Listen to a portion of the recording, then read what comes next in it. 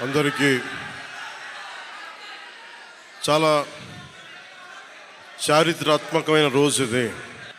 ఆంధ్రప్రదేశ్ 5 కోట్ల మంది ప్రజలు చాలా చారిత్రాత్మకమైన తీర్పిచ్చిన రోజు ఇది. ఏ మాటకైతే మనం కట్టుబడి ఉన్నామో ఆంధ్రప్రదేశ్ ప్రజలకి జవాబుదారీతనంతో ఉన్న ప్రభుత్వం స్థాపిస్తాం.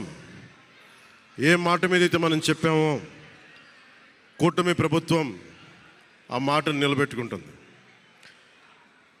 ఈరోజు మీ అందరికీ జనసేన పార్టీ ఆఫీస్ కేంద్ర కార్యాలయం నుంచి, ఈ వేదిక నుంచి ఒకటే చెప్తా ఉన్నాను మీ అందరికీ, వైసీపీ